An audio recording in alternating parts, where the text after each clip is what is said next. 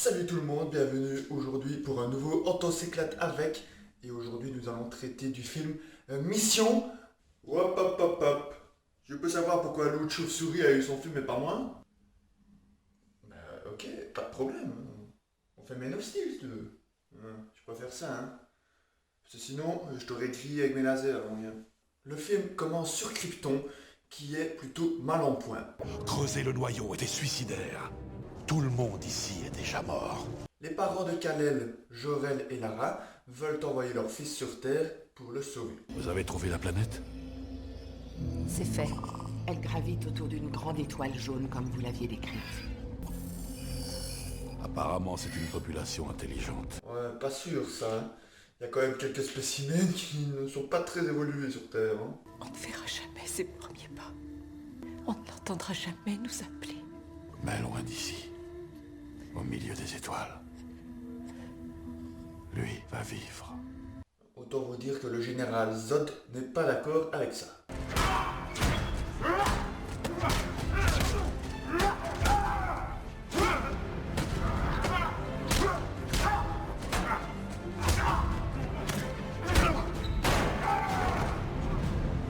Finalement, Zod est arrêté.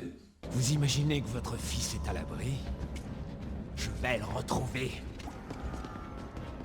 Je vais le retrouver. Je vais le retrouver, Lara. Excuse-moi, tu vas quoi?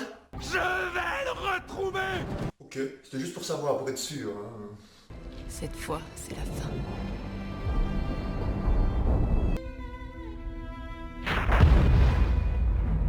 Il faut savoir que la vie du petit Clark sur Terre n'est pas des plus faciles, hein.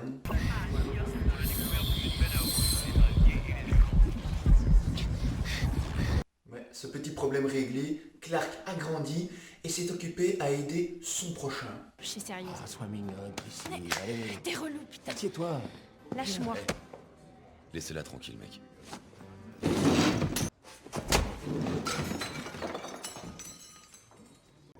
Alors, si on arrêtait de comparer nos queues et que vos hommes me montraient cette découverte? Je vous présente Lois Lane. Et j'en suis arrivée à cette inévitable conclusion que cet objet et son occupant ne sont pas d'origine terrestre. Je ne vais pas publier ça, tu en as sûrement halluciné la moitié. Qui êtes-vous?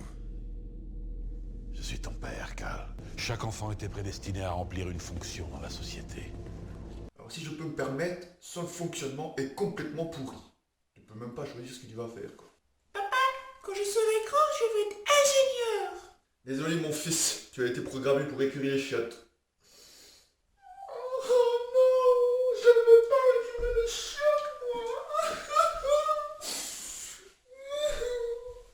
Eh ouais, c'est la vie, hein. Pas de bol. Les êtres de la Terre sont différents. Ils ne font pas nécessairement les mêmes erreurs que nous.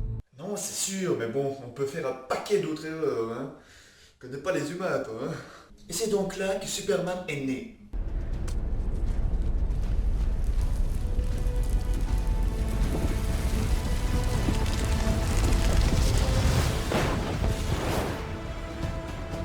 Bon, malheureusement, les ennuis devaient arriver.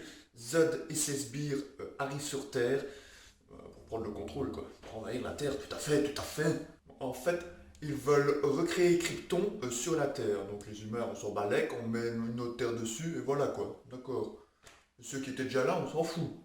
Le vaisseau qui est apparu hier soir. Je suis celui qu'il recherche.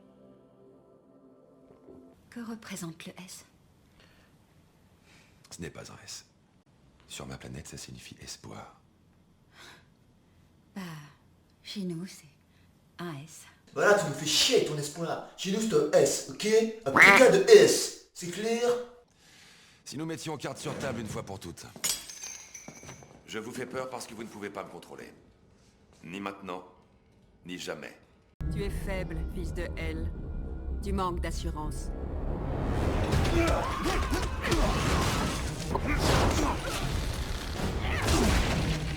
Et si l'histoire nous apprend quelque chose,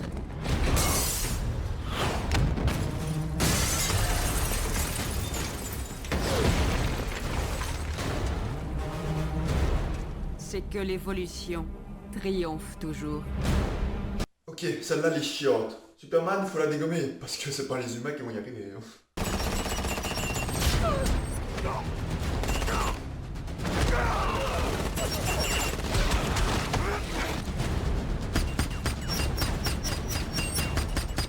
Zod met son plan en marche. Envoyez la machine à gravité. Oh mon Dieu, c'est de la terraformation. Qu'est-ce que c'est? Un procédé technologique planétaire permettant de modifier l'atmosphère et la topographie de la Terre. Et qu'est-ce que ça veut dire? Il transforme la Terre en Krypton. Ah, merci. Enfin, qui répond. Jor-El essaye tant bien que mal de dissuader Zod. Pas sûr que ça va marcher. Nos deux peuples peuvent coexister. Pour endurer des années de souffrance et essayer de nous adapter comme ton fils? Zod, tu parles d'un génocide. Oui. Mon fils est 2 fois l'homme que tu fus jadis. Je vais extirper le codex des cellules du cadavre de ton fils. Et je vais rebâtir Krypton sur ses ossements. Arrête! Sache qu'en détruisant ce vaisseau, tu détruis aussi Krypton! Krypton a eu sa chance! Ah, c'est bien Clark qui choisit la Terre et ses petits humains. C'est bien ça. À cause de toi, je n'ai plus de peuple.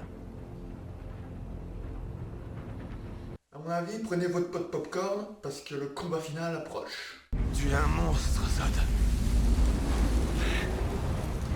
C'est terminé pour toi.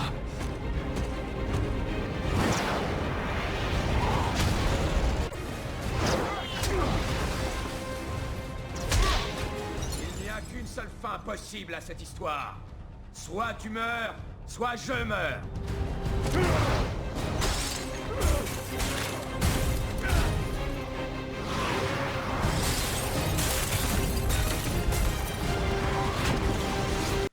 Excusez-moi, hein.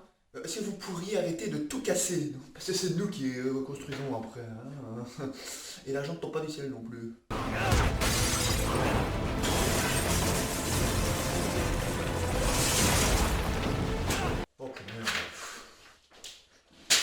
Si tu aimes tant ces humains, tu n'as qu'à prier pour leur âme. Ah! Ne fais pas ça! Non! Jamais.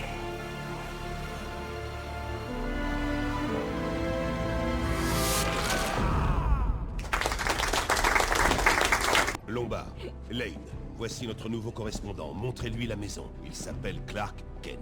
Bon atterrissage, petit. Dis-moi, il t'arrive de saigner.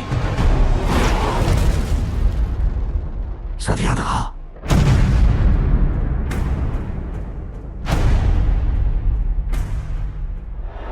Monsieur Wayne, Clark Kent du Daily Planet. Quelle opinion avez-vous du bad justicier de Gotham? On bafoue les libertés dans votre ville.